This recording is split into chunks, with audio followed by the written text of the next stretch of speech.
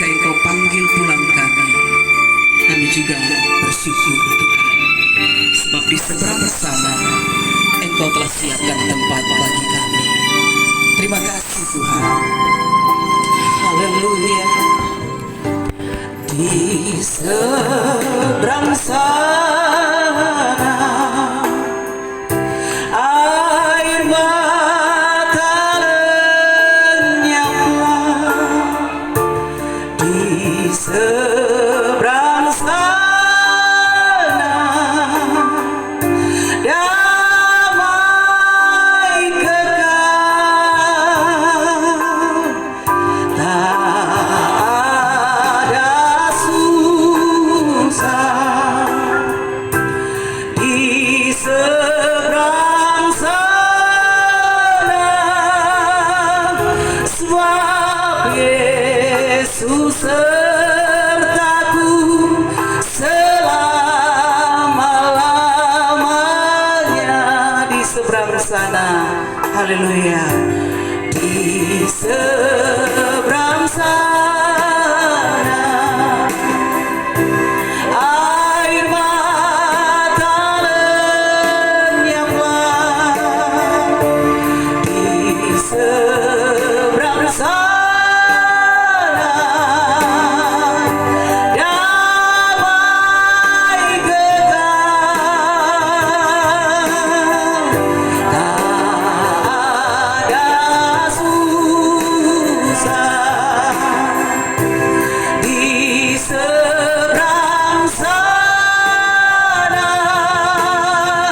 sebab Yesus sertaku selama-lamanya.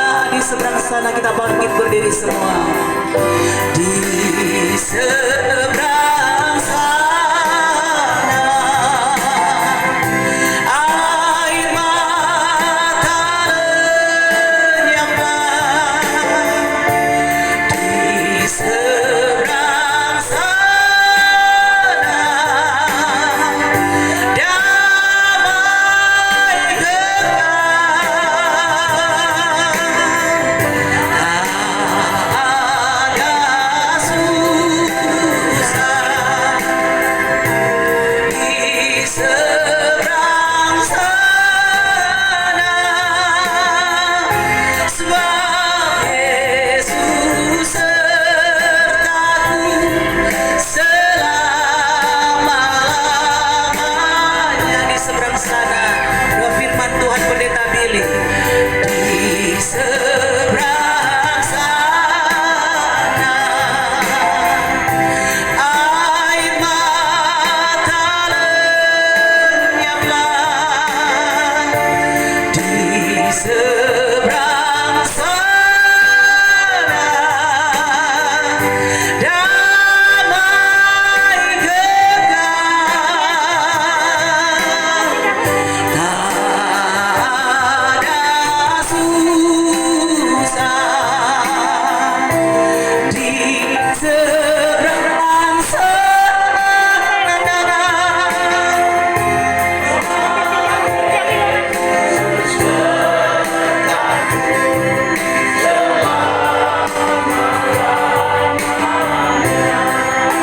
Kami mengucap syukur untuk anugerah cinta dan kebaikan yang Tuhan sudah nyatakan.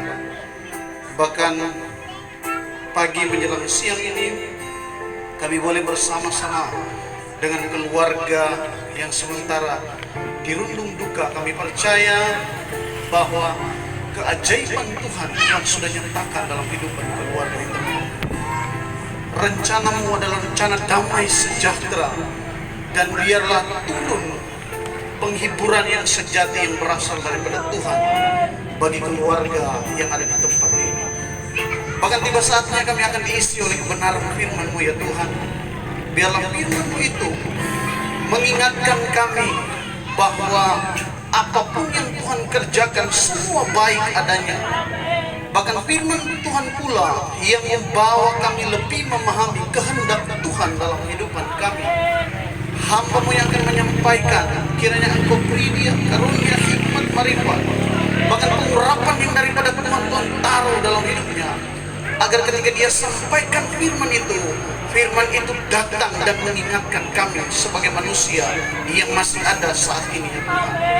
Terpujilah nama-Mu Bapa yang baik. Kami bersyukur ya Tuhan buat anugerah cinta dan kebaikan Tuhan dalam kehidupan kami. Bahkan kami siap untuk mendengarkan kebenaran firman. Dalam nama Tuhan Yesus Kristus kami berdoa dan mengucap syukur. Haleluya. Amin. Puji Tuhan, silakan duduk dan selanjutnya saya serahkan kepada Bapak Gembala.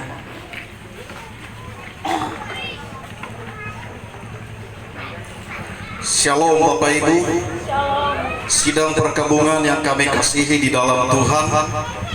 Sungguh ketika kita datang dengan sungguh-sungguh beribadah kepada Tuhan, maka kita nikmati hadirat Allah. Tentu hadirat itu menguatkan kita, hadirat itu menghibur kita, hadirat itu juga memulihkan setiap kehidupan kita. Karena itu yakinlah bahwa Tuhan hadir di tengah-tengah kita, tentu melalui kuasa rohnya di dalam setiap pribadi kita. Saya percaya juga sidang perkabungan yang ada di dalam dapat mendengarkan firman Allah pada saat ini. Saya tidaklah terlalu lama menyampaikan firman Tuhan. Saya rindukan kita fokuskan hati kita untuk kita menghargai firman Allah. Yang saya ambil dari kitab Roma pasalnya yang ke-8 ayat yang ke-16 sampai 17. Begini bunyi firman Allah. Roh itu bersaksi bersama-sama dengan roh kita bahwa kita adalah anak-anak Allah. Dan jika kita adalah anak-anak, maka kita juga adalah ahli waris.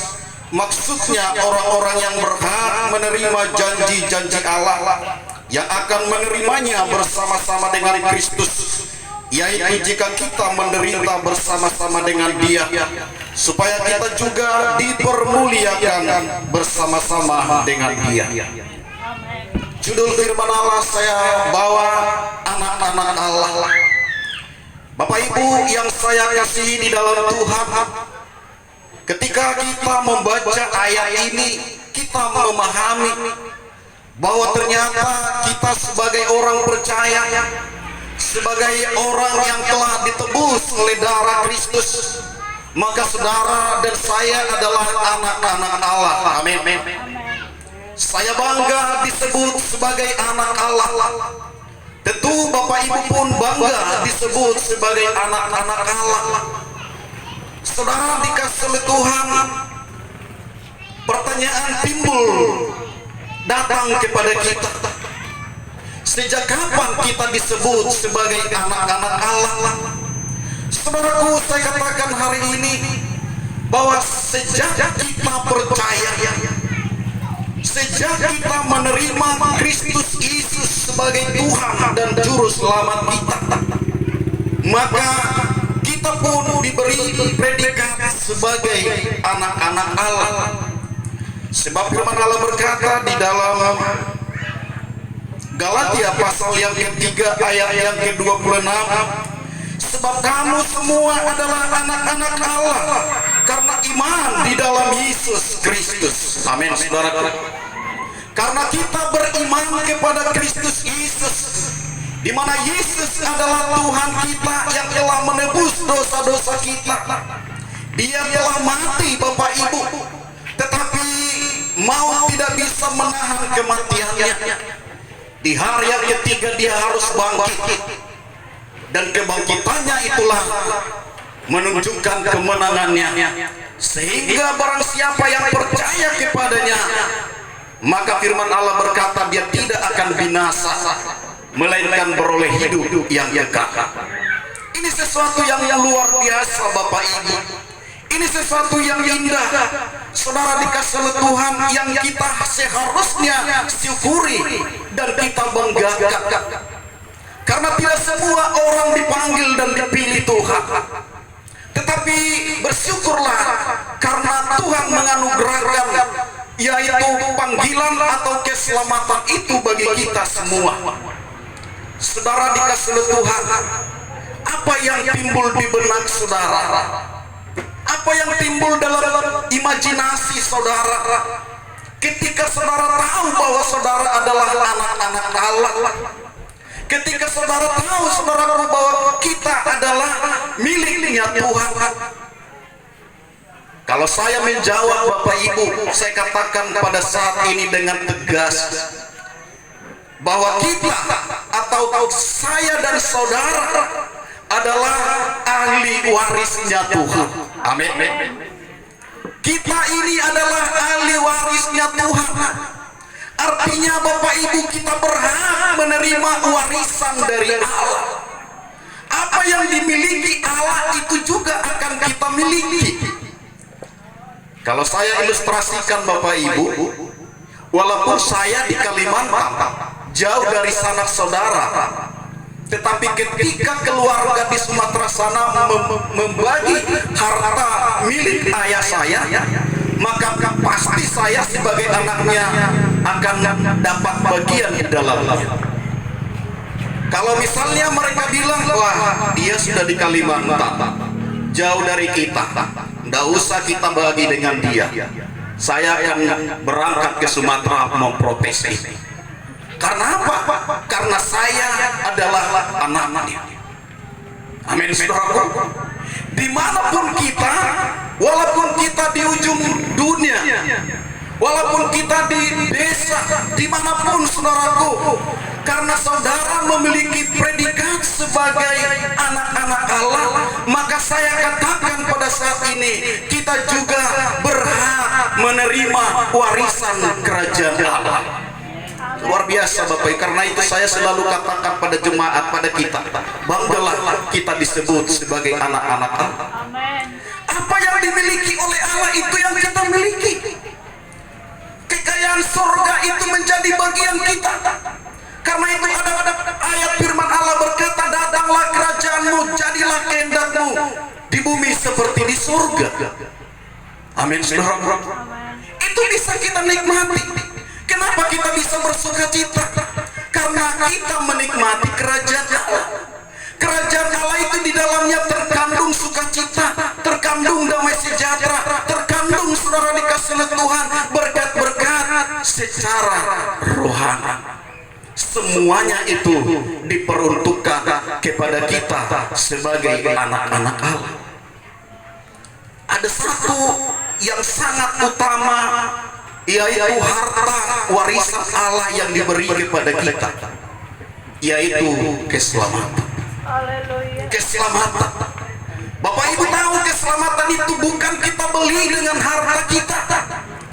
Keselamatan itu saudara dikasih Tuhan kita terima bukan karena kegagahan kita, tetapi keselamatan itu merupakan anugerah terbesar Allah yang diberi kepada kita dengan cuma-cuma. Dia harus turun dari surga untuk memberikan atau menganugerahkan itu kepada saudara, kepada kita. Ya. Keselamatan itu sangat berharga nilainya Bapak Ibu. Karena keselamatan itu bukan hanya sebatas di dunia, tetapi keselamatan itu sampai pada kekekalan. Amin. Oleh karena itu Bapak Ibu, firman Allah berkata, dialah jalan untuk menuju ke surga. Dialah yang memberi keselamatan itu, yaitu Yesus Kristus. Karena itu saudara dikasih oleh Tuhan, engkau dan kita sebagai anak-anak Allah, saya merindukan dan saya sampaikan pada saat ini, biarlah kita tetap ada pada otoritasnya Tuhan. Biarlah kita tetap ada pada otoritas Allah. Saya selalu gambarkan kepada jemaat Bapak Ibu, ketika saudara ada di bawah payung, maka saudara tidak akan kena hujan. Ketika saudara sedang jalan bawah payung, saudara tidak akan kena terik matahari, karena saudara ada di bawah payung tersebut. Demikian juga kita orang percaya Bapak Ibu, karena kita ada di bawah otoritas Allah, maka kita akan aman. Amin, saudaraku. Karena kita ada di bawah otoritas Allah, maka kita terlindung, maka kita terpelihara, bahkan sampai keselamatan keselamatan yang kekal itu menjadi milik bagian kita. Mendiang telah mendahului kita. Saya sebagai gembala sidang menyaksikannya sampai pada napas terakhirnya. Karena pada waktu dia dipanggil 2 kali saya harus ke Purucahu, karena diundang atau dipanggil di telepon oleh keluarga. Saya bawa terus dalam doa. Saya ajak suami dan anak-anak, kita harus buat pemberesan. Ya, memang Tuhan itu memberi kesempatan Bapak Ibu supaya kita beresin dulu, sehingga kita memperoleh kerajaan Allah itu. Karena firman Allah berkata di ayat lain Bapak Ibu, bukan saudara dikasih oleh Tuhan kematian orang fasik yang dikehendaki, tetapi pertobatannya lah yang dikehendaki Tuhan. Amin. Jadi Tuhan sebenarnya mau kita semua bertobat supaya kita masuk kerajaan surga, supaya kita menikmati kerajaan surga itu. Karena itu saudara dikasih oleh Tuhan, kita diajar oleh firman Allah, setiap waktu, setiap saat kita harus lakukan pemberesan. Sebelum kita mempersembahkan persembahan kita di mezbah, Tuhan mau kita harus berdamai dulu, sehingga kita boleh menikmatinya Bapak Ibu, yaitu berkat-berkat ilahi di dalam kehidupan kita. Saudara, sebenarnya masih panjang firman ini yang saya ingin sampaikan, karena saya sudah buat sedemikian rupa, tetapi mengingat waktu, saya harus hargai juga waktu. Saudaraku, intinya sebagai orang percaya, khususnya buat keluarga duka, jangan larut dalam kesedihan, tetapi ingatlah perjuangan daripada ibu mendiang yang sudah mendahului kita. Dia berjuang untuk tetap beriman kepada Kristus. Dia lakukan apa yang bisa dia lakukan. Sebagaimana khotbah saya sampaikan pada ibadah pertama, dia belajar untuk berkorban, belajar untuk berbagi. Walaupun itu kelihatannya sederhana, tetapi dia lakukan dengan segenap hatinya. Tuhan berkata bahwa kita sebagai orang yang dipanggil dan dipilih Tuhan, kita harus jadi berkat bagi orang lain. Kita harus jadi berkat. Kesempatan yang diberi kepada kita, saudara dikasih oleh Tuhan, saya katakan kita seperti rumput yang kering, yang mudah layu. Tetapi saudara perhatikan, rumput itu selalu memberikan bunga. Walaupun dia sangat singkat waktunya, tetapi dia tunjukkan bahwa dia indah. Demikian juga Tuhan mau, walaupun waktu kita begitu singkat di dunia ini, tetapi mari kita mau menampilkan hal-hal yang dikehendaki Tuhan. Kita menjadi surat yang terbuka, kita menjadi terang, itu maksudnya, sehingga kita indah baik di mata manusia juga indah di mata Tuhan. Saudara, khususnya kepada suami mendiang dan juga anak-anak, jangan terus engkau bersedih, tetapi bersyukurlah. Kalau saudara ingin bertemu dengan ibu terkasih, lakukan jugalah hal-hal yang baik, hal-hal yang berkenan kepada Tuhan. Saudara, satu ayat lagi sebagai ayat penutup. Di dalam Mazmur 116 ayat 15 berkata, berharga di mata Tuhan kematian semua orang yang dikasihinya. Amin, saudaraku. Berharga di mata Tuhan. Dia persiapkan tempat untuk kita. Dia sambut kita dengan malaikatnya, Bapak Ibu. Jangan kira saudaraku bahwa ketika kita meninggal surga itu berdiam. Tidak, Bapak Ibu. Memang surga itu menyambut kita. Dia persiapkan tempat. Saudara tahu, tubuh kita yang lahiriah ini aja ditinggalnya, harus kita tinggalkan, karena Tuhan akan ganti dengan tubuh kemuliaan. Saudara dikasih oleh Tuhan, itulah saudaraku bukti bahwa Tuhan itu sangat menghargai kematian orang yang dikasihinya. Kita semua adalah orang-orang yang dikasihi Tuhan. Karena itu Bapak Ibu, mari sepanjang waktu yang diberi Tuhan, kita pergunakan sebaik-baiknya untuk mempermuliakan Tuhan. Dan juga saudara dikasih oleh Tuhan, biarlah kita juga sebagai orang-orang percaya menjadi berkat bagi banyak orang. Terpujilah Tuhan buat kebenaran firman Tuhan yang kita dengar bersama. Kita naikkan satu pujian, Yesus baik-baik.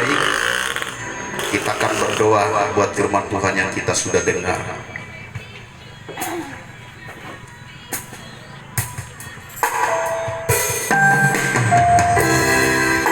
Kami bersyukur kepadamu Tuhan. Terima kasih Tuhan.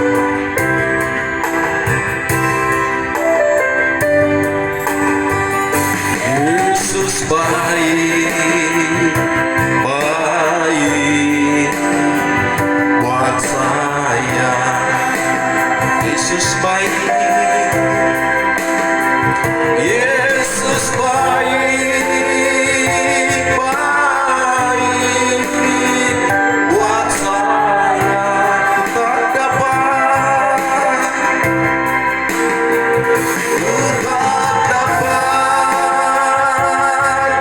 dapat balas kasih-Mu, Yesus. Yesus baik, baik buat saya. Yesus baik. Dengan kasih Kristus saya minta nanti pendeta Ben Lilin Pele untuk berdoa untuk firman Tuhan yang kita sudah dengar. Setelah selesai nanti berdoa, saya meminta salah satu dari keluarga membacakan riwayat hidup